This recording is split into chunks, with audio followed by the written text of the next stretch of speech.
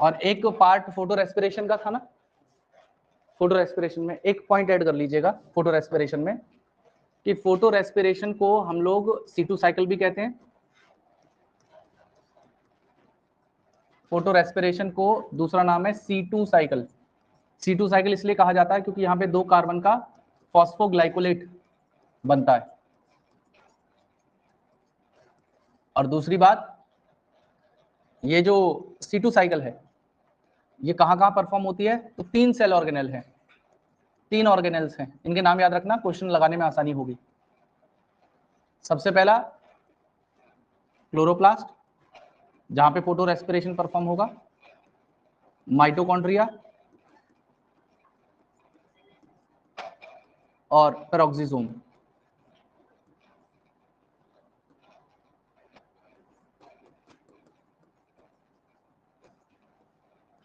ये एक बात ऐड कर लेना बस फोटो रेस्पिरेशन में, कि फोटो रेस्पिरेशन का दूसरा नाम C2 साइकिल है। ये 2 कार्बन का कंपाउंड है जिसे फॉस्फोग्लाइकोलेट कहेंगे, और फोटो रेस्पिरेशन को परफॉर्म करते हैं 3 सेल ऑर्गेनेल्स, क्लोरोप्लास्ट, माइटोकॉन्ड्रिया और पेरोक्सिसोम। और बेटा तुमने अक्षत एक बात पूछी थी कि वो जो रिडक्शन था उसमें फॉस्फोराइलेशन के लिए, तो फॉस्फोराइलेशन बेसिकली बताऊं कहाँ पे हो रहा था, बाद में ध्यान आया, मैंने बैच नंबर 2 में पढ़ाया। जो ट्रायोज फॉस्फेट बन रहा था आगे चल के बन रहा था, तो उस ट्रायोज में ये फॉस्फेट कहाँ से आएगा, ये फॉस्फेट उसी एटीपी को तोड़ के निकाला जा रहा है। तो एडीपी और इनऑर्गेनिक फॉस्फेट जो निकल रहा है, इस फॉस्फेट को हम ट्रायोज शुगर के साथ जोड़ रहे हैं। तो यहाँ पे इस ट्रायोज फॉस्फेट के फॉस्फोराइलेशन में वो एटीपी हाइड्रोलाइज हो रही थी। आगे मेरी बात समझ में, तो एक वो बात थी जो मुझे बतानी थी। अब आगे की बात सुनिएगा। देखिए फैक्टर अफेक्टिंग फोटोसिंथेसिस में हमें जो करना है, हमें 2 तरीके के फैक्टर्स में इसे मैं कैटेगराइज कर रहा हूं। लिखने की जरूरत नहीं है क्योंकि मैं पूरा नहीं लिखूंगा, स्लाइड से ही लिखना है, समझिएगा। लगभग मैं सारी बातें कवर करूंगा लेकिन स्टेटमेंट कवर नहीं कर पाऊंगा क्योंकि टॉपिक बहुत बड़ा है। तो आपको लिखने की जरूरत नहीं है, बस समझिएगा, कहीं कुछ समझ में ना आए तो पूछिएगा। मैं यहाँ पे फैक्टर अफेक्टिंग फोटोसिंथेसिस की बात कर रहा हूं, तो इसमें 2 तरीके के फैक्टर्स में इसे मैं कैटेगराइज कर दे रहा हूं। सबसे पहला इंटरनल फैक्टर्स, इंटरनल फैक्टर्स जो फोटोसिंथेसिस को अफेक्ट करने वाले हैं या करते हैं, और दूसरा है एक्सटर्नल फैक्टर्स, एक्सटर्नल फैक्टर्स। अब इन दोनों फैक्टर्स को समझिएगा।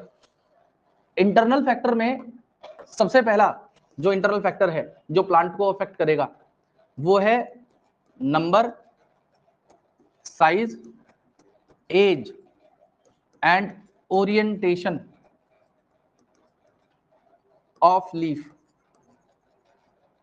अगर किसी प्लांट के ऊपर जितनी ज्यादा नंबर में लीफ होंगी उतना ज्यादा फोटोसिंथेसिस, जितनी कम नंबर में लीफ उतना कम फोटोसिंथेसिस, जितना बड़ा साइज का उतना बड़ा सरफेस एरिया, जितना छोटा साइज उतना कम सरफेस एरिया, जितना बड़ा सरफेस एरिया होगा उतनी ज्यादा इंसिडेंट लाइट गिर पाएगी, उतना ज्यादा फोटोसिंथेसिस हो पाएगा।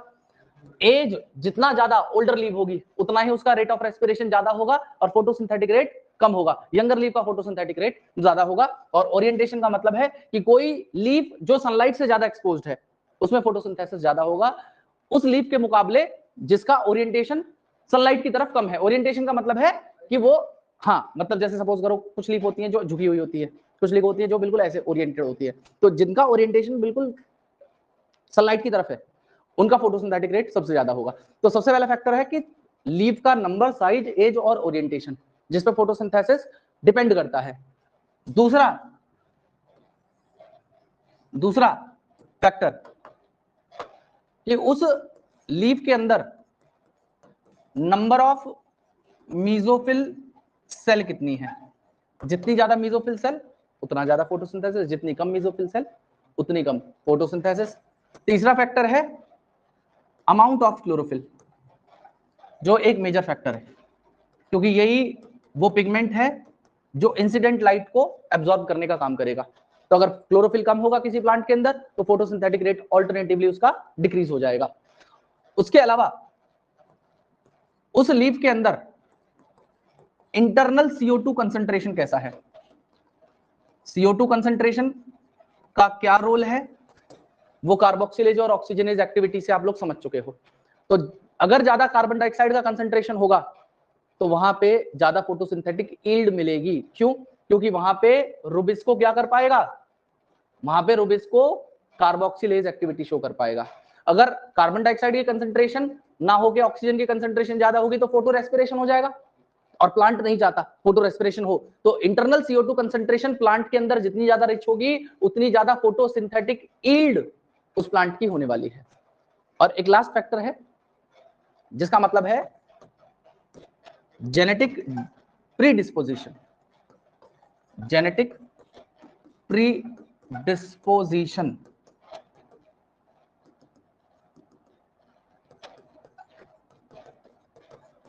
Of plant. ये बात आप समझिए कि जेनेटिक प्रीडिस्पोजिशन का मतलब क्या होता है। देखिए, प्रीडिस्पोजिशन का मतलब होगा एक तरफ मैं बड़ा सा बेनियन ट्री ले रहा हूं और एक तरफ मैं कोई दूसरा, सपोज करो टोमेटो का एक श्रब ले लिया मैंने या हर्बेशियस प्लांट ले लिया। तो आप एक वो बताइए, बनियन ट्री जेनेटिकली इस तरीके से बना हुआ है कि एक बहुत बड़ा जाइंट ट्री बनेगा वो आगे चल के, और टोमेटो जेनेटिकली इस तरीके का प्लांट है कि वो साइज में ज्यादा बड़ा ग्रोथ नहीं कर सकता। तो जेनेटिकली बनियन ट्री एक जाइंट स्ट्रक्चर बनाएगा, और ऑब्वियस सी बात है जो एक बड़ा ह्यूज ट्री बनेगा उसका फोटोसिंथेटिक यील्ड भी ज्यादा होगी, और जो छोटा प्लांट रहेगा उसकी फोटोसिंथेटिक यील्ड उसके मुकाबले कम होगी। तो जिस तरीके का जेनेटिक मेकअप है प्लांट का वो डिसाइड करता है कि प्लांट फोटोसिंथेसिस कैसे करने वाला है, और उसी जेनेटिक मेकअप को यहाँ पे बात की गई है प्री डिस्पोजिशन। मतलब आप अगर के बड़े ट्री को और एक छोटे प्लांट को कंपेयर करो तो बड़ा ट्री ऑब्वियस सी बात है ना ज्यादा रेट पे फोटोसिंथेसिस कर पाएगा, जो छोटा प्लांट है वो कम कर पाएगा। तो वो बड़ा और छोटा कैसे बन पाया, उनके जीनोम के बेसिस पे, उनके जेनेटिक मेकअप के बेसिस पे, उनके डीएनए के बेसिस पे। जिसका डीएनए जिस तरीके की इंफॉर्मेशन रख रहा है उस तरीके की स्ट्रक्चर को बना पा रहे हैं। क्लियर है मेरी बात? ये तो रही बात इंटरनल फैक्टर्स की। और अब बात कर लेते हैं एक्सटर्नल फैक्टर की। एक्सटर्नल फैक्टर की जो आपकी किताब में दिए हुए, इंटरनल फैक्टर के बारे में केवल नाम दिया हुआ है, हालांकि मैं पढ़ाऊंगा जो मेजर आपकी क्लास मतलब एनसीईआरटी में पढ़ाए गए हैं वो एक्सटर्नल फैक्टर्स पढ़ाए गए हैं। अब एक्सटर्नल फैक्टर्स में क्या क्या पढ़ाया गया है? सबसे पहला एक्सटर्नल फैक्टर है लाइट, दूसरा एक्सटर्नल फैक्टर है CO2 कॉन्सेंट्रेशन, तीसरा टेम्परेचर, और चौथा वाटर। ये चार फैक्टर हैं जिन्हें डिटेल में पढ़ाया गया आपकी एनसीईआरटी के अंदर। कुछ ग्राफ भी हैं इनके अंदर, उन ग्राफ्स को भी पढ़ेंगे, और बहुत सारी छोटी छोटी इंफॉर्मेशन है जो हर एक फैक्टर के अंदर डिटेल में दी गई है। अब इन फैक्टर्स को शुरू किया जाए उससे पहले एक आपकी किताब में ब्लैकमैन की लॉ दे रखी है, उस लॉ का नाम दे रखा है इन्होंने ब्लैकमैन्स लॉ ऑफ लिमिटिंग फैक्टर।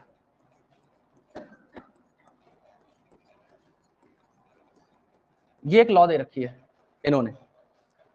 अब इस लॉ को समझने के लिए आपको क्या करना होगा, आपको एक बात समझनी पड़ेगी, जिस बात को मैं कह रहा हूं फिर उसके बाद मैं डेफिनेशन वाले पार्ट पे आ जाऊंगा। मैं ये कह रहा हूं कि सपोज करो कोई केमिकल प्रोसेस है, कोई एक केमिकल प्रोसेस है, उस केमिकल प्रोसेस को अफेक्ट कर सकते हैं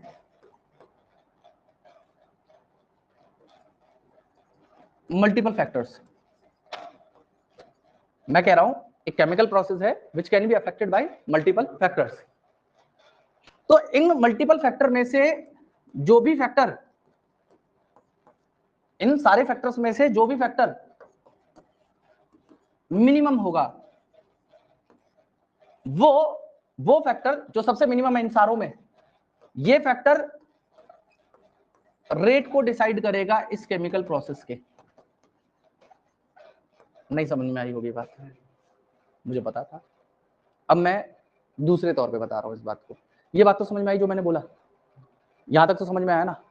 अब मैं इसमें एक एग्जांपल और इसकी रियल डेफिनेशन उसको बोलूंगा, ये तो मैंने दूसरी बोली। मैं बोल रहा हूं कि एक केमिकल प्रोसेस है। अब ये जो केमिकल प्रोसेस है, ये केमिकल प्रोसेस है फोटोसिंथेसिस। ये केमिकल प्रोसेस क्या है? फोटोसिंथेसिस। चलिए, इस केमिकल प्रोसेस जो कि फोटोसिंथेसिस था उसको मल्टीपल फैक्टर अफेक्ट कर रहे हैं। अब वो मल्टीपल फैक्टर हो गए टेम्परेचर, लाइट, CO2 और वाटर। ये हो गए चार फैक्टर जो इस केमिकल प्रोसेस को अफेक्ट कर रहे हैं। अब ये कह रहे हैं कि इन सारे फैक्टर्स में से जो भी फैक्टर मिनिमम होगा, मिनिमम का मतलब है कि सपोज करो यहां पे मैं पहले लाइट को कम कर दे रहा हूं और सारे फैक्टर्स ऑप्टिमम है। मतलब ऑप्टिमम का मतलब है जितना प्लांट को चाहिए था। तो ऑप्टिमम हो गया आपका, टेम्परेचर भी ऑप्टिमम है, CO2 और वाटर तीनों ऑप्टिमम है। तो यहां पे बेशक उस प्लांट के पास में टेम्परेचर, CO2 और वाटर तीनों बिल्कुल उस मात्रा में है जितनी उसको फोटोसिंथेसिस करने के लिए चाहिए थी, लेकिन उसके बावजूद भी ये ज्यादा एफिशिएंटली, ये देखो तीनों चीजें बिल्कुल बराबर हैं जितना चाहिए था, उसके बावजूद भी यहाँ पे जो फोटोसिंथेसिस होगा वो कम हो जाएगा, या इस फोटोसिंथेसिस में जो प्रोडक्टिविटी थी या यील्ड थी वो कम हो जाएगी। क्यों? क्योंकि जो लाइट है वो एक लिमिटिंग फैक्टर बन जाएगा। वो क्या बन जाएगा? एक लिमिटिंग फैक्टर बन जाएगा। अब ये बात कैसे समझ में आए? अब इस बात को समझने के लिए एक और बात समझिए। मैं कह रहा हूं एक लीफ है, यहां पे एक लीफ है, ये लीफ पहले 1 घंटे में, 1 आवर में लगभग 5 ग्राम CO2 को एसिमिलेट कर पा रही थी, उदाहरण के तौर पे समझिएगा। मतलब ये ऐसी एग्जांपल मैं फिट कर रहा हूं।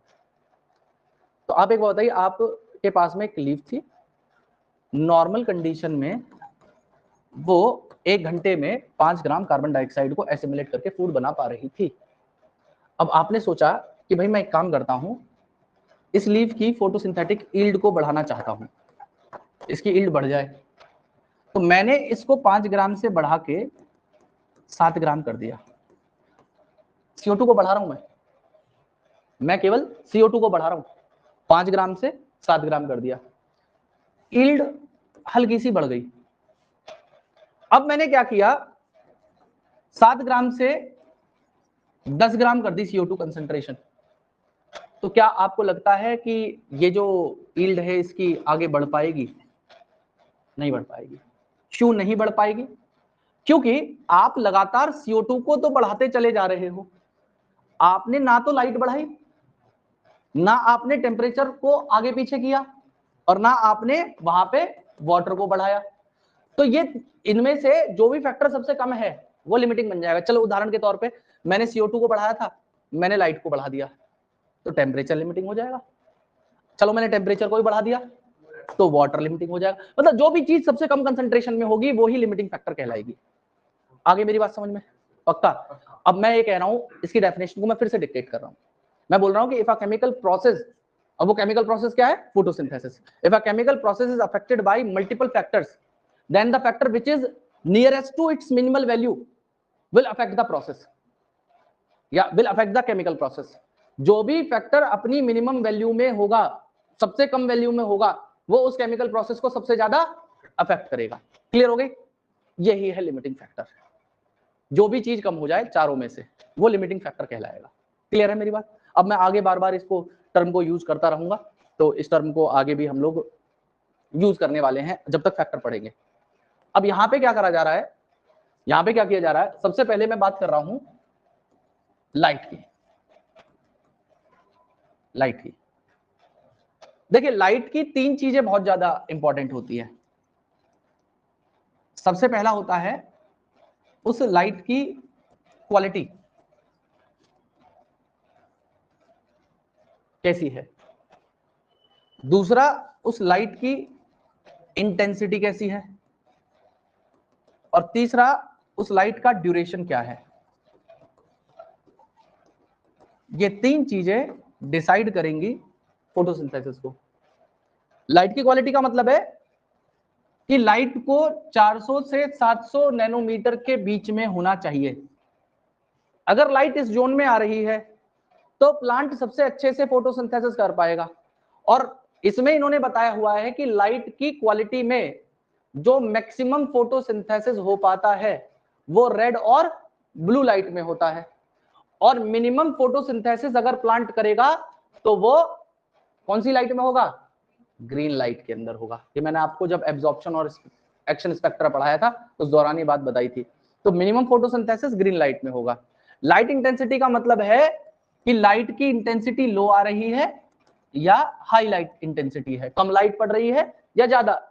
और ड्यूरेशन का मतलब है कि आप उस प्लांट को 4 आवर लाइट दे रहे हो, 8 आवर दे रहे हो या 12 आवर, किस कितने आवर्स आप उसको लाइट दे पा रहे हो, वो है ड्यूरेशन ऑफ लाइट। तो यहाँ पे लाइट की 3 चीजें डिसाइड करेंगी फोटोसिंथेसिस को। अब अगली बात यहाँ पे आती है कि एक ग्राफ उन्होंने बताया हुआ है, उन्होंने बताया हुआ है कि जब आप लो लाइट इंटेंसिटी रखते हो, जब आप लो लाइट इंटेंसिटी रखते हो, तो उस लो लाइट इंटेंसिटी पे उस लाइट का डायरेक्टली प्रोपोर्शनल, उसका डायरेक्टली प्रोपोर्शनल रिलेशनशिप होता है, रिलेशनशिप होता है फोटोसिंथेसिस के साथ में, फोटोसिंथेसिस के साथ में। मतलब कम लाइट है और कम लाइट से आप धीरे धीरे धीरे धीरे बढ़ा रहे हो, तो जैसे जैसे आप लाइट को बढ़ाओगे फोटोसिंथेटिक रेट भी बढ़ता चला जाएगा। लेकिन अब एक बात बताइए, ये ग्राफ है, पहले कम लाइट थी, इस तरफ मैं लिख दे रहा हूं इंसिडेंट लाइट और इस तरफ लिख दे रहा हूं फोटोसिंथेटिक रेट।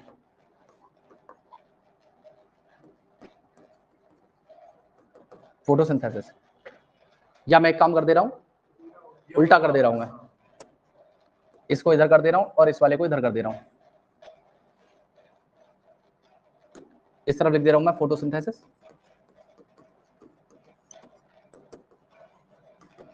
और इस तरफ लिख दे रहा हूं सनलाइट या लाइट इंटेंसिटी। अब मैंने क्या किया, सनलाइट को बढ़ाना शुरू करा, मैंने क्या किया, सनलाइट को यहां से बढ़ाना शुरू करा, मैं बढ़ाता जा रहा हूं। तो जैसे जैसे देखो मैं सनलाइट को बढ़ा रहा हूं, ऐसे ऐसे फोटोसिंथेटिक रेट भी बढ़ रहा है। जैसे जैसे मैं सनलाइट को बढ़ा रहा हूं, फोटोसिंथेटिक रेट भी बढ़ता चला जाएगा।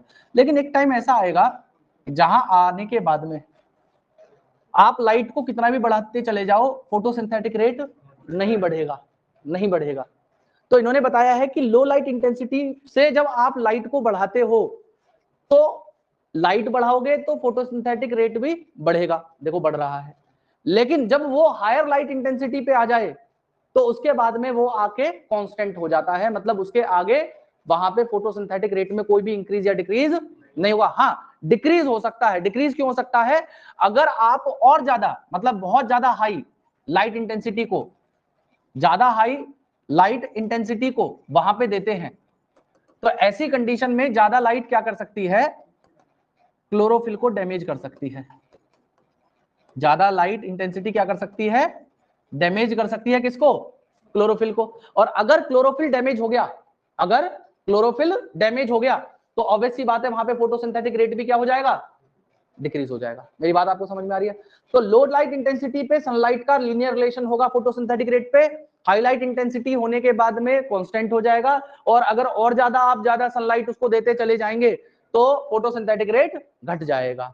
यहां तक की बात समझ में आ गई? और देखो यहां पे आने के बाद में यहां तक तो बढ़ा, क्यों? क्योंकि अदर जो फैक्टर थे वो लिमिटिंग नहीं हो रहे थे। क्योंकि जैसे सपोज करो पहली कंडीशन ये वाली, जब लो लाइट थी तब लाइट कम थी, लाइट कम थी, टेम्परेचर ठीक ठाक था, उसके पास में CO2 ठीक ठाक थी और वाटर भी ठीक ठाक था। तो जैसे जैसे ये हमें, ये तीनों फैक्टर्स हमारे बराबर थे, ऑप्टिमम थे, बस क्या कम था, लाइट। तो लाइट लिमिटिंग फैक्टर हो रखा था। जब मैंने लाइट को बढ़ाना शुरू करा, तो देखो ये तीनों चीजें बराबर हैं, लाइट की तो जरूरत थी, लाइट के आ जाने से ये सारी चीजें ऑप्टिमम थी, तो फोटोसिंथेटिक रेट भी बढ़ गया। लेकिन अब जब मैंने लाइट को और ज्यादा बढ़ाया, तो उस कंडीशन में ये सारे फैक्टर तो कम पड़ जाएंगे, लाइट बढ़ जाएगी। तो जब लाइट हाई लाइट इंटेंसिटी करते हैं तो अदर फैक्टर बिकम लिमिटिंग। ज्यादा लाइट इंटेंसिटी करने के बाद में अदर फैक्टर्स क्या हो जाते हैं, लिमिटिंग बन जाते हैं। इस वजह से ये क्या हो रहा है, कांस्टेंट होता चला जा रहा है। क्लियर है? और यहां से हम लोग बढ़ा रहे थे तो अदर फैक्टर्स ऑप्टिमम थे, बस लाइट नहीं थी। लाइट मिल गई, फोटोसिंथेसिस बढ़ गया। लेकिन जितने में फोटोसिंथेसिस होता उससे ज्यादा लाइट हो गई, तो अदर फैक्टर लिमिटिंग हो गए, तो ये कांस्टेंट हो जाए। और अगर और ज्यादा सनलाइट करते चले जाओगे तो वो क्लोरोफिल को डैमेज कर देगा, और क्लोरोफिल डैमेज हो गया तो फोटोसिंथेटिक रेट भी डिक्रीज हो गया। याद रहेगा सभी को? अब आगे की बात सुनिए। सनलाइट जनरली लिमिटिंग फैक्टर बनता नहीं है। क्यों नहीं बनता सनलाइट लिमिटिंग फैक्टर? क्योंकि जो इस अर्थ के ऊपर टोटल 100% इंसिडेंट लाइट आ रही है ना, टोटल उसमें से केवल प्लांट को 10% मैक्सिमम चाहिए, 2 से 10% पार रेडिएशन, मैंने शुरुआत में ही बताया था। उस 100% लाइट में से कितनी 10% पार रेडिएशन में आती है, मैक्सिमम फोटोसिंथेसिस वो इतने पे ही कर लेते हैं। तो अब एक बात बताओ, मरी से मरी कंडीशन में भी सनलाइट इतनी आई जाएगी, 10% तो आएगी, उसको उतनी ही चाहिए थी, 100% पूरी नहीं चाहिए सनलाइट, 10% भी सनलाइट होगी तो प्लांट फोटोसिंथेसिस कर लेगा। तो लाइट बहुत रेयरली लिमिटिंग फैक्टर बनता है बड़े प्लांट के लिए, लेकिन एनसीईआरटी में एक बात दी हुई है कि जो प्लांट डेंस फॉरेस्ट में ग्रो करते हैं और शेड में ग्रो करते हैं उनके लिए लाइट लिमिटिंग है। ये बात कैसे समझना है आपको, इस बात को ऐसे समझिए, भाई सपोज करो कोई बड़ी ट्री की कैनोपीज हैं, बड़े बड़े ट्रीज हैं जो ऊपर ग्रो कर रखे हैं और इनकी जो कैनोपी है इतनी डेंस है कि जो सनलाइट ऊपर से आ रही थी वो नीचे इंसिडेंट नहीं हो पा रही, मतलब ग्राउंड तक वो नहीं पहुंच पा रही। अब इसके ऊपर नीचे यहाँ पे कोई छोटे हर्ब या प्लांट, हर्बेशियस या श्रब प्लांट ग्रो कर रहे हैं, तो ये जो बड़े प्लांट थे इन्होंने क्या किया, सनलाइट को ऊपर से ही नीचे आने नहीं दिया। मेरी बात आपको क्लियर हो रही है? तो इन प्लांट के लिए क्या हो जाएगा, लाइट लिमिटिंग हो जाएगी, क्योंकि इनको लाइट नहीं मिल पाएगी। तो यहाँ पे एक बात उन्होंने एनसीईआरटी में लिखी हुई है कि light is rarely a limiting factor except for plants which grow in shade. ठीक है, मेरी बात समझ में आ रही है? मतलब केवल वो प्लांट जो शेड में या डेंस फॉरेस्ट में ग्रो करते हैं उनके लिए लाइट लिमिटिंग फैक्टर है, बाकी किसी के लिए लिमिटिंग फैक्टर नहीं है।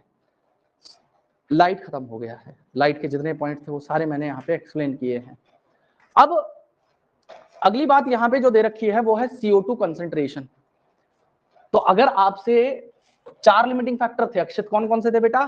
सबसे पहला था लाइट, दूसरा टेम्परेचर H2 और CO2, ये आपने बता दिए। आपसे पूछे कि सबसे मेजर लिमिटिंग फैक्टर कौन है? नहीं, मेजर मतलब जो हमेशा बन ही जाता है, तो CO2। मतलब ये एमसीक्यू के लिए याद रखना है, मैं अभी हालांकि एक्सप्लेन करूंगा इस चीज को, लेकिन मैं मोटी मोटी इंफॉर्मेशन पहले से बता दे रहा हूं। जो सबसे मेजर है, मेजर लिमिटिंग फैक्टर है,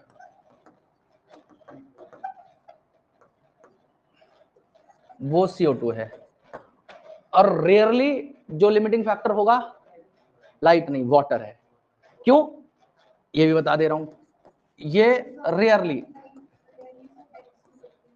देखो क्यों है इस बात को आप समझिए। जो वाटर है, अगर प्लांट 100% पानी को एब्जॉर्ब करता है तो उसमें से केवल 1% ही फोटोसिंथेसिस में यूज करता है। अगर प्लांट 100 लीटर पानी एब्जॉर्ब कर रहा है तो उसमें से 1 लीटर चाहिए पानी उसको क्या करने के लिए, फोटोसिंथेसिस करने के लिए। और एक तरफ लाइट की बात हो तो 100% अगर लाइट है तो उसमें से 10% चाहिए। तो प्लांट यार एक बात बताओ, 1% पानी तो जुगाड़ ही लेगा। मतलब इन दोनों में से ज्यादा क्वांटिटी में क्या चाहिए, थोड़ी सी लाइट ज्यादा, 9% ज्यादा चाहिए ना। तो इसलिए लाइट रेयरली लिमिटिंग फैक्टर नहीं होगी, वाटर होगा। बहुत रेयरली लिमिटिंग फैक्टर होता है। क्यों? क्योंकि उसको केवल 1% पानी चाहिए, जितना भी वो एब्जॉर्ब करेगा उसका 1%, जिसको वो फोटोसिंथेसिस में यूज कर सकता है। लाइट चाहिए 10%, जो टोटल आ रही है उसका 10%। तो इसलिए वाटर हो जाएगा रेयरली लिमिटिंग फैक्टर, ना कि लाइट। याद रहेगी? पक्का? और CO2 मेजर है, क्यों है? हाँ, अब आ जाते हैं CO2 के ऊपर। CO2 कॉन्सेंट्रेशन,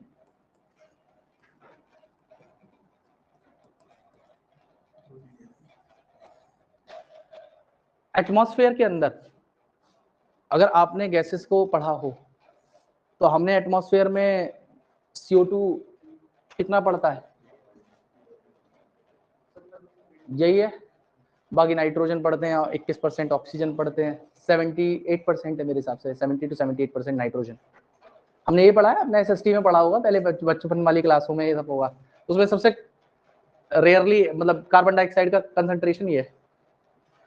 अब प्लांट को जो चाहिए फोटोसिंथेसिस करने के लिए वो चाहिए इतनी, मैं क्या कह रहा हूं, एटमॉस्फेयर में अवेलेबल कितनी है, 0.03%। और प्लांट को ऑप्टिमम फोटोसिंथेसिस करने के लिए क्या चाहिए, 0.4 टू 0.05%। तो अगर मैं यहां सबसे पहला पॉइंट लिख दे रहा हूं कि CO2 कंसंट्रेशन जो है एक मेजर लिमिटिंग फैक्टर है, ये एक मेजर लिमिटिंग फैक्टर है। और मेजर लिमिटिंग फैक्टर इसलिए है क्योंकि इसकी CO2 की कंसंट्रेशन जो होती है वो 0.03% है एटमॉस्फेयर में, और जो ऑप्टिमम फोटोसिंथेसिस करने के लिए चाहिए, जो ऑप्टिमम फोटोसिंथेसिस करने के लिए चाहिए वो चाहिए हमें 0.04 से 0.05%। तो हम क्या करते हैं, अगर 0.03% से थोड़ा भी कार्बन डाइऑक्साइड की कंसंट्रेशन को बढ़ाएंगे तो अल्टरनेटिवली फोटोसिंथेटिक रेट भी बढ़ जाता है, फोटोसिंथेसिस भी बढ़ेगा या प्रोडक्टिविटी वहां पे बढ़ेगी। लेकिन इन्होंने एक बात और ऐड करी है कि अगर हम 0.05% तक पहुंच गए और हम इससे भी और ज्यादा कार्बन डाइऑक्साइड को बढ़ाने की कोशिश करेंगे तो वो फोटोसिंथेसिस को डैमेज करेगी। वो क्या करेगी, डैमेज करेगी फोटोसिंथेसिस को। वो उसके बाद में फोटोसिंथेटिक रेट नहीं बढ़ाएगी क्योंकि डैमेज तो करेगी, बाकी एक अदर फैक्टर क्या हो जाएंगे। तो ये भी याद रखना, कोई भी चीज जितनी चाहिए उससे ज्यादा बढ़ेगी तो अदर फैक्टर लिमिटिंग बनते चले जाएंगे। क्लियर हो रही है। अब इन्होंने यहाँ पे रेस्पॉन्स की बात करी है, रेस्पॉन्स किसकी, C3 और C4 प्लांट की, C3 और C4 प्लांट की। अच्छा, इनमें से एक बात बताइए, इंटरनल CO2 एनरिचमेंट कौन कर सकता है, कौन कर सकता है, C4। जिसके पास में अपनी खुद की कार्बन डाइऑक्साइड कंसंट्रेशन बढ़ाने की एबिलिटी है वो है C4, C3 नहीं कर सकते। तो ऑब्वियस सी बात है कम अमाउंट में कौन CO2 कंज्यूम करेगा, ये या ये, C4। मतलब C4 अपना मैक्सिमम सैचुरेशन 360 ppm पार्ट पर मिलियन ऑफ CO2, या आप कह लीजिए 360 माइक्रो पर लीटर, इतने पे अपना थ्रेशोल्ड शो कर देते हैं। मतलब इससे ज्यादा इनको नहीं चाहिए CO2। लेकिन अगर C3 प्लांट की बात करें तो इनको चाहिए 450 माइक्रोलीटर। मतलब आप एक बात बताइए, अमाउंट में किसकी ज्यादा लग रही है आपको CO2 चाहिए, C3 को ज्यादा चाहिए, C4 को कम चाहिए। लेकिन इन दोनों के लिए एक बात और लिखी हुई है, वो ये लिखा हुआ है कि अगर आप C3 और C4 दोनों प्लांट्स को, C3 और C4 दोनों प्लांट को लो लाइट इंटेंसिटी में रखो, लो लाइट इंटेंसिटी में रखो, और लो लाइट इंटेंसिटी में रखने के साथ साथ आप यहाँ पे CO2 कंसंट्रेशन भी दो, तो यहाँ पे इन दोनों ही प्लांट का कोई भी रेस्पॉन्स नहीं आएगा।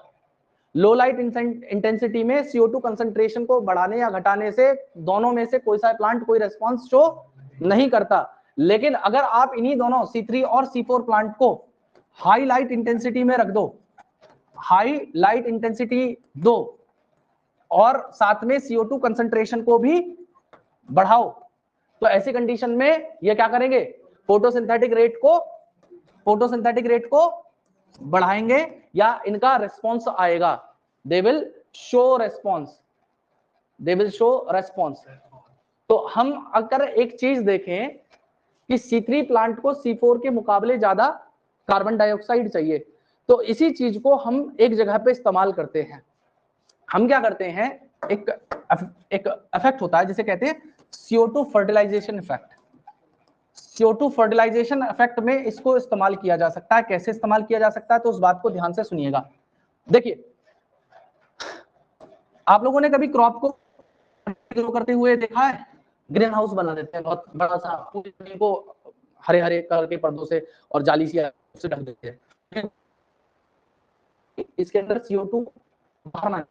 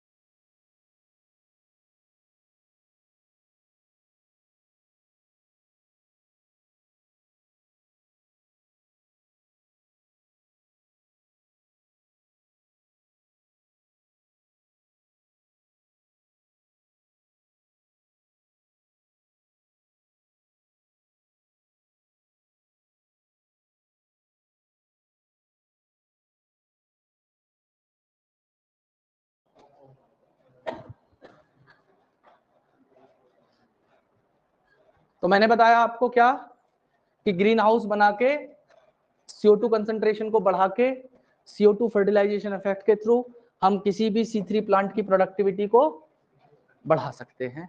इसी चीज को CO2 फर्टिलाइजेशन इफेक्ट कहा जाता है और ये हम इसलिए करते हैं जी। है जी, हाँ हाँ, तो वही तो CO2 है ये जो बाहर नहीं जा पा रही है, तभी तो वो बढ़ रही है वहां पे। तुम्हें क्या लग रहा है CO2 बाहर से पंप करी जा रही है यहाँ पे? जो ये प्लांट के रेस्पिरेशन से इवॉल्व हुई CO2 है जिसको ये ट्रैप कर रहे हैं इसके अंदर, और उसी CO2 को प्लांट को फिर उल्टा वापस दे दे रहे हैं, जिससे वो प्लांट ज्यादा CO2 चाहिए तो भाई C3 साइकिल कार्बोक्सिलेज एक्टिविटी ज्यादा अच्छे से आप समझते हैं।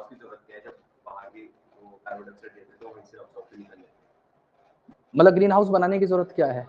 नहीं बेटा, ऐसा पॉसिबल नहीं है। ऐसा पॉसिबल इसलिए नहीं है क्योंकि गैसेस हैं डिफ्यूज होती हैं। अब आपको उस जगह के ऊपर कार्बन डाइऑक्साइड ज्यादा चाहिए, हवा चल रही है CO2 तो बाहर डिफ्यूज करेगी ना, आपको तो उस जगह को इनक्लोज कर दिया है तो उससे CO2 की अवेलेबिलिटी वहां पे बनी रहेगी। और नहीं तो एनवायरमेंट है, हवा भी चलती है, बहुत सारे फैक्टर्स और भी हैं, तो CO2 ऐसे नॉर्मली, और ऐसा हो रहा होता तो फिर ग्रीन हाउस बनाने की जरूरत क्या पड़ती? ग्रीन भी व्हाइट भी अलग अलग तरीके से होते हैं, ठीक है। मोदी नगर साइड में अगर आप जाओगे तो बहुत सारे मिलेंगे, उन्होंने कर रखा है, उन्होंने बना रखे हैं अच्छे अच्छे सेटअप। अब खैर इधर देखिए, अब तीसरा फैक्टर जो हमें पढ़ना है वो है टेम्परेचर। देखिए टेम्परेचर के लिए इन्होंने बड़ी अलग सी बात बताई हुई है,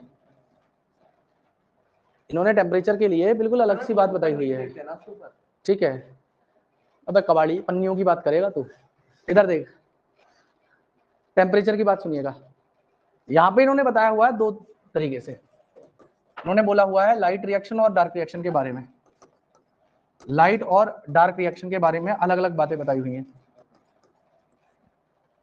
इन्होंने बताया हुआ है कि जो लाइट रिएक्शन है जो टोटली लाइट के ऊपर डिपेंडेंट था या टेम्परेचर के ऊपर डिपेंडेंट था, ये बहुत कम टेम्परेचर के कम या ज्यादा होने से अफेक्ट होता है। मतलब लाइट रिएक्शन के ऊपर टेम्परेचर के कम या ज्यादा होने का कोई ज्यादा असर नहीं पड़ता। इन्होंने बताया है कि लाइट रिएक्शन पे ज्यादा टेम्परेचर हो जाए या कम टेम्परेचर हो, वो बहुत कम इफेक्ट करेगा, लेकिन मेजरली ये डार्क रिएक्शन को अफेक्ट करता है। मतलब इसका जो ज्यादा इफेक्ट होगा टेम्परेचर का वो डार्क रिएक्शन पे होगा। क्यों? क्योंकि डार्क रिएक्शन जो है वो एंजाइमेटिकली कंट्रोल्ड प्रोसेस है, वो एक एंजाइमेटिकली कंट्रोल्ड प्रोसेस है।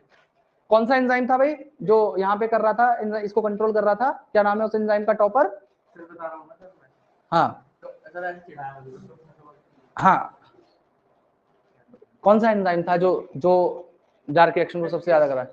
भाई C4 की बात नहीं कर रहा मैं, नॉर्मली जो ज्यादा मेजर प्लांट्स में रोबेस्को वो एंजाइम है, रोबेस्को ये मेजर एंजाइम था और इसी से कंट्रोल्ड है ये प्रोसेस। रिएक्शन बहुत कम इफेक्ट होते हैं टेम्परेचर से, डार्क रिएक्शन ज्यादा इफेक्ट होंगे क्योंकि ये एंजाइमेटिकली कंट्रोल्ड प्रोसेस है। और एंजाइम कौन सा है जो इसे कंट्रोल करता है? रोबेस्को। तो आप एक बात समझिएगा, देखिए जो एंजाइम है 99% एंजाइम प्रोटीन नेचर के होते हैं। किस नेचर के होते हैं? प्रोटीन नेचर के होते हैं। आपने बायोमोलिक्यूल में एक लाइन पढ़ी होगी कि all enzymes are protein but not all protein are enzymes. तो लगभग एंजाइम्स प्रोटीन नेचर के होते हैं। तो जो प्रोटीन है वो प्रोटीन ज्यादा टेम्परेचर करने से डीनेचर हो जाती है। डीनेचर का मतलब है वो अपनी उस कन्फर्मेशनल स्ट्रक्चर या शेप को लूज कर देती है जिसकी वजह से वो किसी सबस्ट्रेट पे एक्ट कर पा रही थी। मतलब आप ये समझिएगा कि जैसे सपोज करो यहाँ पे एक एंजाइम बना दे रहा हूं, ठीक है, हाँ ये मैंने एक एंजाइम बनाया और इस एंजाइम की ये जो थी ये इसकी एक एक्टिव साइट थी और इस एक्टिव साइट पे आके कोई सबस्ट्रेट बाइंड करता था और जब जाके ये एंजाइम इस सबस्ट्रेट को दो प्रोडक्ट के अंदर तोड़ दे रहा था। ध्यान से सुनिएगा, अब ऐसा हो जाए कि इसकी टेम्परेचर ज्यादा हो जाने के कारण ये एंजाइम ही डिस्टॉर्ट हो जाए या इसकी एक्टिव साइट ही खत्म हो जाए, तो उसके ऊपर कोई भी सबस्ट्रेट बाइंड कर पाएगा क्या? नहीं कर पाएगा। और अगर सबस्ट्रेट बाइंड नहीं करेगा तो कोई प्रोडक्ट की फॉर्मेशन नहीं होगी। तो यहाँ पे जैसे रुबिस्को है, रुबिस्को किसको कैटालाइज करता था? आरयूबीपी की कार्बन डाइऑक्साइड के साथ बाइंडिंग को ये फैसिलिटेट करता था। तो क्या रुबिस्को हाई टेम्परेचर पे डीनेचर होने के बाद वो काम कर पाएगा? नहीं कर पाएगा। तो डार्क रिएक्शन मतलब फोटोसिंथेटिक यील्ड या प्रोडक्टिविटी क्या हो जाएगी? कम हो जाएगी। तो टेम्परेचर का ज्यादा असर डार्क रिएक्शन पे होता है, ना कि लाइट रिएक्शन के ऊपर। अनन्या, अब आगे की बात ध्यान से सुनिएगा, आगे की बात ध्यान से सुनिएगा। अब अगली बात यहां पे ये है कि अगर हम बात करें टेम्परेचर किस प्लांट के लिए क्या होगा, तो इसमें एक बहुत सिंपल सी बात उन्होंने लिखी हुई है। एक प्लांट है जो पोलर इलाके में उगता है, एक प्लांट है जो टेम्परेट इलाके में उगता है, और एक प्लांट है जो ट्रॉपिकल इलाके में उगता है। तो जो प्लांट जिस हैबिटेट में ग्रो करता है वो वहीं की कंडीशन के हिसाब से अडेप्ट कर लेता है। तो अगर मैं ट्रॉपिक्स में उगने वाले प्लांट के टेम्परेचर ऑप्टिमम की बात करूं तो ऑब्वियस सी बात है वो इन दोनों में उगने वाले प्लांट के टेम्परेचर ऑप्टिमम से ज्यादा होगा। तो इसका मतलब ये हो गया, the plant which are growing in tropical conditions will show higher temperature optimum and the plant which are growing in polar or temperate region will show low temperature optimum। क्यों? क्योंकि वहां पे टेम्परेचर उतना अवेलेबल ही नहीं है, और जितना temperature available है during the course of evolution plants ने उन्हीं कंडीशन के हिसाब से वहां पे अडेप्ट किया है, और उसी हिसाब से वो अपने टेम्परेचर को ऑप्टिमम को शो करते हैं। और यही कारण है कि अगर आप किसी टेम्परेट इलाके के प्लांट को किसी ट्रॉपिकल में कंडीशन में, जैसे हम कहते हैं ना भाई कश्मीर के सेबों को हम लोग उत्तर प्रदेश में नहीं उगा सकते, क्यों नहीं? वो वहां का उनकी अडेप्टेशन है कि वो कम टेम्परेचर पे काम करें, मतलब वो वहां पे एफिशिएंटली काम कर पाएंगे। अगर आपने उनके एनवायरनमेंट को बदले, जैसे कहते हैं ना, मतलब एनिमल्स में बोलते हैं जैसे साइबेरियन हस्की है तो बोला वो सर्वाइव नहीं कर पाता। अब साइबेरियन हस्की को आप नॉर्मल ट्रॉपिक्स में रखोगे तो वो अडेप्ट है, वो साइबेरियन ठंडा इलाका है तो वो वहां पे रहा है, उसके एवोल्यूशनरी प्रोसेस वहीं पे है, तो ऑब्वियस सी बात है वो वहां पे ज्यादा अच्छे से रह पाएगा उसके मुकाबले अगर आप उसको ट्रॉपिक्स में रखोगे तो ऐसी प्लांट के साथ में है। अगर प्लांट अडेप्ट हो जाएंगे हायर टेम्परेचर के लिए तो उनकी आगे प्रोजेनी हायर टेम्परेचर में, और बहुत सारी चीजें जो अडेप्टेशंस होती है ना बेटा वो जेनेटिकली फिक्स्ड होती है। मतलब एक बार जिस प्लांट ने जो अडेप्ट किया, जिस स्पीशीज ने जो अडेप्ट किया, वो चीज जेनेटिकली फिक्स हो जाती है और वो ही आगे प्रोजेनी में ट्रांसफर होती चली जाती है। क्लियर है मेरी बात? अब यहाँ पे अगली बात इन्होंने ये करी गई है कि ट्रॉपिक्स में ग्रो करने वाले प्लांट का जो टेम्परेचर ऑप्टिमम होगा, जो ट्रॉपिक्स में उगने वाले प्लांट हैं उनका टेम्परेचर ऑप्टिमम ज्यादा होगा, और पोलर और टेम्परेट कंडीशन में उगने वाले जो प्लांट होंगे उनका टेम्परेचर ऑप्टिमम कम होगा। सीधी सी बात है। अब अगली बात, अगर हम C3 और C4 प्लांट के टेम्परेचर की बात करें ऑप्टिमम की, तो ज्यादा हायर टेम्परेचर में कौन रह पाएंगे? C4, क्योंकि वो बने ही इसलिए थे। वहां पे पहली लाइन मैंने लिखी थी the plants which are adapted to dry tropical conditions. तो जहां पे टेम्परेचर बेटा 30 डिग्री से 45 डिग्री तक रहता हो, जहां पे टेम्परेचर 30 डिग्री से 45 डिग्री तक रहता हो, तो C4 प्लांट वहां पे आसानी से रह पाएंगे और अच्छी प्रोडक्टिविटी देंगे। लेकिन अगर आप इन्हीं C3 प्लांट को इतने टेम्परेचर पे रख दो तो C3 प्लांट की प्रोडक्टिविटी सीधी सीधी घट जाएगी। क्यों? क्योंकि वो अडेप्टेड नहीं है, बने नहीं है इतने हाई टेम्परेचर पे रहने के लिए। और अगर आप C3 प्लांट को रख दोगे 20 से 25 डिग्री सेल्सियस पे तो इनका टेम्परेचर ऑप्टिमम यही है। क्लियर है मेरी बात? तो C3 plant will show lower temperature optimum and C4 plant will show higher temperature optimum। सीधी सीधी सी बात है, कोई इसमें कंफ्यूजन नहीं है। अब आपको ये कहोगे कि मिनिमम फोटोसिंथेसिस, ये एक्स्ट्रा पॉइंट एनसीईआरटी में गिवन नहीं है जो मैं अब बता रहा हूं बेटा। मिनिमम फोटोसिंथेसिस जो करते हैं टेम्परेचर पे वो जिम्नोस्पर्म है जो -35 डिग्री सेल्सियस, -135 तो कुछ ज्यादा ही हो जाएगा, -35 डिग्री सेल्सियस तक भी फोटोसिंथेसिस कर सकते हैं। हाँ, नॉर्मल प्लांट्स की अगर बात करी जाए तो नॉर्मल प्लांट 0 से 5 डिग्री सेल्सियस तक मिनिमम इतने टेम्परेचर तक फोटोसिंथेसिस कर सकते हैं। जिम्नोस्पर्म है जो -35 डिग्री सेल्सियस पे भी कर पाएंगे। और अगर डेजर्ट प्लांट की बात करूं तो डेजर्ट प्लांट मैक्सिमम 50 से 55 डिग्री सेल्सियस तक फोटोसिंथेसिस कर सकते हैं डेजर्ट प्लांट, क्योंकि वो अडेप्ट हुए हैं उस कंडीशन से। और जो सबसे ज्यादा टेम्परेचर पे फोटोसिंथेसिस करता है तो वो बैक्टीरियाज हैं जो थर्मल स्प्रिंग्स में ग्रो कर जाते हैं।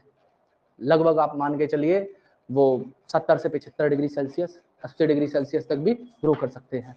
ठीक है, तो मैक्सिमम फोटोसिंथेसिस करते हैं वो बैक्टीरिया जो थर्मल स्प्रिंग्स में ग्रो कर सकते हैं।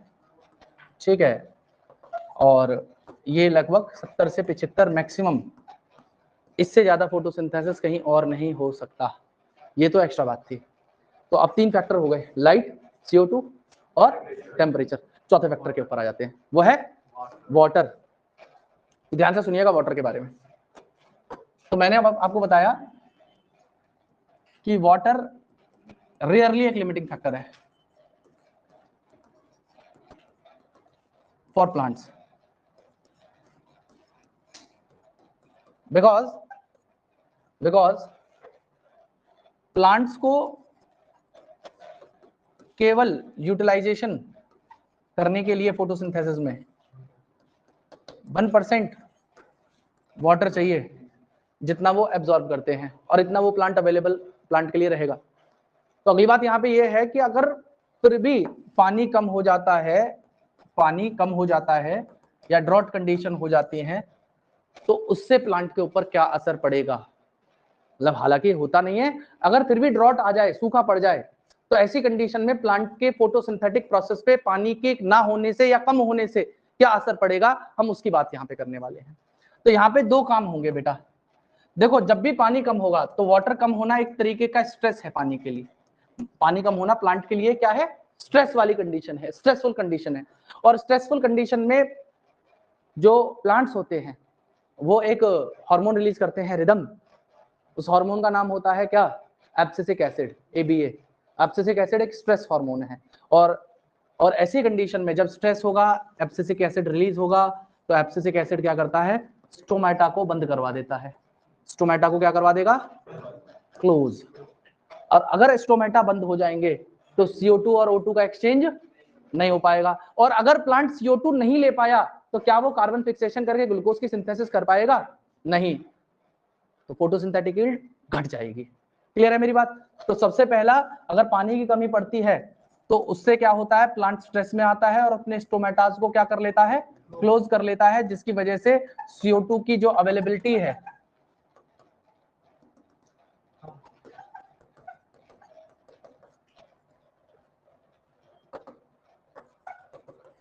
वो क्या हो जाती है, रिड्यूस हो जाती है या बिल्कुल खत्म हो जाती है। और ऐसी कंडीशन में CO2 फिक्सेशन कम हो जाता है, जिससे उस यील्ड जो है, यील्ड भी कम हो जाएगी।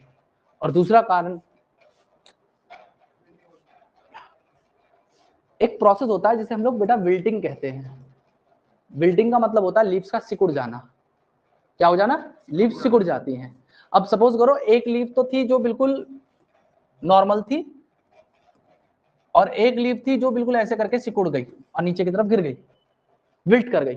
तो एक बात बताइए, इन दोनों में से एक्सपोज्ड सरफेस एरिया किसका ज्यादा है, नॉर्मल लीफ का।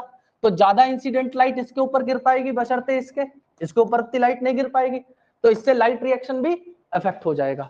तो देखो, सीधा सीधा लाइट रिएक्शन यहाँ इफेक्ट हो रहा है, और CO2 ना आने के कारण डार्क रिएक्शन यहाँ पे इफेक्ट हो रहा है। दोनों ही प्रोसेस इफेक्ट हो जाते हैं अगर पानी की कमी पड़ जाए तो। ये सारे के सारे फैक्टर्स थे जो एक्सटर्नल आपके एनसीईआरटी में दिए हुए हैं। एक बार इन सारे number, size, age, orientation of leaf, mesophyll cell और chloroplast, internal CO2 concentration and amount of chlorophyll, चारों के चारों एक्सटर्नल फैक्टर वो लिखे हुए हैं। और लास्ट में क्या लिखा हुआ है, depend upon genetic predisposition and growth of plant. अब यहाँ पे इन्होंने ब्लैकमेल की लॉ दी हुई है, इसमें क्या बोला है कि अगर कोई बायोकेमिकल प्रोसेस अफेक्ट होता है एक से ज्यादा फैक्टर पे, तो उसके रेट को डिटरमाइन करेगा वो फैक्टर जो नियरेस्ट होगा मिनिमम वैल्यू के। तो वो फैक्टर जो सबसे कम होगा वो ही डायरेक्टली अफेक्ट करेगा उस प्रोसेस को, अगर उसकी क्वांटिटी में बदलाव आ जाए तो। ठीक है जी। अब अगली बात ध्यान से सुनिएगा, लाइट में क्या बताया हुआ, 3 चीजें, लाइट क्वालिटी, लाइट इंटेंसिटी और ड्यूरेशन ऑफ लाइट। इन्होंने क्या बताया कि लीनियर रिलेशनशिप शो करेगा इंसिडेंट लाइट और CO2 फिक्सेशन में अगर लो लाइट इंटेंसिटी है। तो आप देखिए, rate of photosynthesis, light intensity, जब लो लाइट से हाई लाइट की तरफ जाना शुरू करा तो लीनियर रिलेशनशिप थी, और जब हायर लाइट इंटेंसिटी कर दी, जब B पॉइंट पे पहुंच गया तो rate of photosynthesis further increase नहीं करेगा, क्योंकि अदर फैक्टर्स क्या हो जाएंगे, लिमिटिंग हो जाएंगे। फिर उसके बाद में क्या बताया हुआ है, लाइट सैचुरेशन अगर 10% हो जाए फुल सनलाइट का, तो प्लांट के लिए सबसे ज्यादा मैक्सिमम वही लाइट है, उससे ज्यादा उसको लाइट नहीं चाहिए। और लाइट का सैचुरेशन का मतलब समझ रहे हो ना आप, कितनी लाइट सबसे लास्ट थ्रेशोल्ड कितनी चाहिए, तो 10% है वो, उससे ज्यादा 10% लाइट मिलने पे, जैसे आप सपोज करो आप लोग खाना खाते हो तो आपका सैचुरेशन होगा कि भाई मैं 5 रोटी खा सकता हूँ, मेरा सैचुरेशन हो गया, 6 रोटी मैक्सिमम, 8 रोटी 10 रोटी, मतलब जिसका जितना सैचुरेशन होगा। तो वो सैचुरेशन का मतलब है जो प्लांट को भी कितनी लाइट मैक्सिमम चाहिए जिसपे वो सैचुरेट हो जाए, तो 10% टोटल सनलाइट चाहिए जितने पे वो सैचुरेशन शो कर देगा। और यहाँ पे अगली बात की हुई है कि एक्सेप्ट फॉर प्लांट शेड और इन डेंस फॉरेस्ट, वो प्लांट जो शेड में ग्रो करते हैं, डेंस फॉरेस्ट में ग्रो करते हैं, लाइट रेयरली एक लिमिटिंग फैक्टर है। और शेड और डेंस फॉरेस्ट में ग्रो करने वाले प्लांट के लिए ये लिमिटिंग फैक्टर क्यों है, क्योंकि उनको सनलाइट नहीं मिलती। और लास्ट बताया हुआ है कि अगर हम इंक्रीज कर देते हैं इंसिडेंट लाइट को, तो उसकी वजह से क्या हो जाएगा, क्लोरोफिल ब्रेकडाउन हो जाएगा, जिसकी वजह से फोटोसिंथेसिस डिक्रीज हो जाता है। फिर अगली बात यहाँ पे लिखी हुई है CO2। CO2 के बारे में लिखा हुआ है कि एक मेजर लिमिटिंग फैक्टर है, और CO2 कंसंट्रेशन बहुत कम होती है, 0.03 से 0.04% है एटमॉस्फेयर के अंदर, और अगर इंक्रीज करते हैं 0.05 तक तो ये इंक्रीज कर देगा CO2 फिक्सेशन रेट को, लेकिन इससे ज्यादा लेवल बढ़ाएंगे तो वो क्या कर देगा, डैमेज करेगा प्रोसेस को ओवर अ लॉन्गर पीरियड। और लो लाइट कंडीशन में C3 और C4 प्लांट CO2 कंसंट्रेशन के लिए कोई रिस्पॉन्स नहीं करेंगे, लेकिन अगर लाइट इंटेंसिटी को बढ़ाते हो, हाई लाइट इंटेंसिटी करते हो, तो दोनों के दोनों फोटोसिंथेसिस में इंक्रीज कर देंगे। अब नेक्स्ट बात यहाँ पे लिखी हुई है कि C4 प्लांट का जो सैचुरेशन हो रहा है, मतलब उनको जो मैक्सिमम कार्बन डाइऑक्साइड चाहिए वो 360 माइक्रोलीटर, और जो C3 प्लांट को चाहिए वो है 450 माइक्रोलीटर। तो करंट अवेलेबिलिटी जो CO2 की है वो लिमिटिंग होती है किसके लिए, C3 प्लांट के लिए। तो अगर हम ये जो C3 प्लांट्स है इनके लिए CO2 की कंसंट्रेशन को बढ़ा देते हैं, तो ये क्या करेगा, इंक्रीज फोटोसिंथेसिस और हायर प्रोडक्टिविटी शो करेगा। तो इसलिए हम लोग क्या करते हैं, ग्रीन हाउस क्रॉप जैसे टोमेटो और बेल पेपर को ग्रो करते हैं किसमें, CO2 इनरिचमेंट या इनरिच्ड एटमॉस्फेयर में, ताकि वो ज्यादा से ज्यादा पैदावार या हायर यील्ड वो शो कर पाए।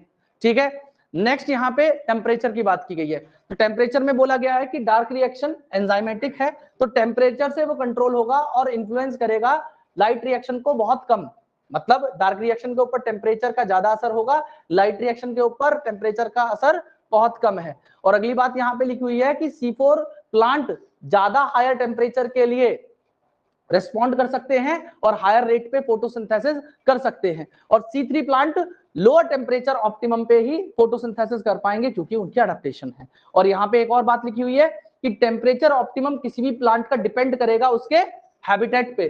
ट्रॉपिकल प्लांट का हायर टेम्परेचर ऑप्टिमम होगा than the plant adapted in temperate climate. जो प्लांट टेम्परेट क्लाइमेट में ग्रो कर रहे होंगे उनका टेम्परेचर ऑप्टिमम कम, और जिनका ट्रॉपिकल है उनका टेम्परेचर ऑप्टिमम ज्यादा। नेक्स्ट यहाँ पे बात की गई है वाटर की। वाटर स्ट्रेस में बताया हुआ है कि स्टोमेटास बंद होंगे, तो स्टोमेटा बंद होंगे तो CO2 अवेलेबिलिटी कम हो जाएगी, और CO2 अवेलेबिलिटी कम हो जाएगी तो उससे डार्क रिएक्शन इफेक्ट हो जाएगा, कार्बन डाइऑक्साइड फिक्सेशन नहीं हो पाएगा। और वाटर स्ट्रेस की वजह से देखो ये लीफ विल्ट हो गई है, विल्ट हो जाने से क्या होगा, रिड्यूस हो जाएगा सरफेस एरिया लीव्स का, और उनकी मेटाबॉलिक एक्टिविटी भी कम हो जाएगी। ये बात आपको क्लियर हो गई, पक्का।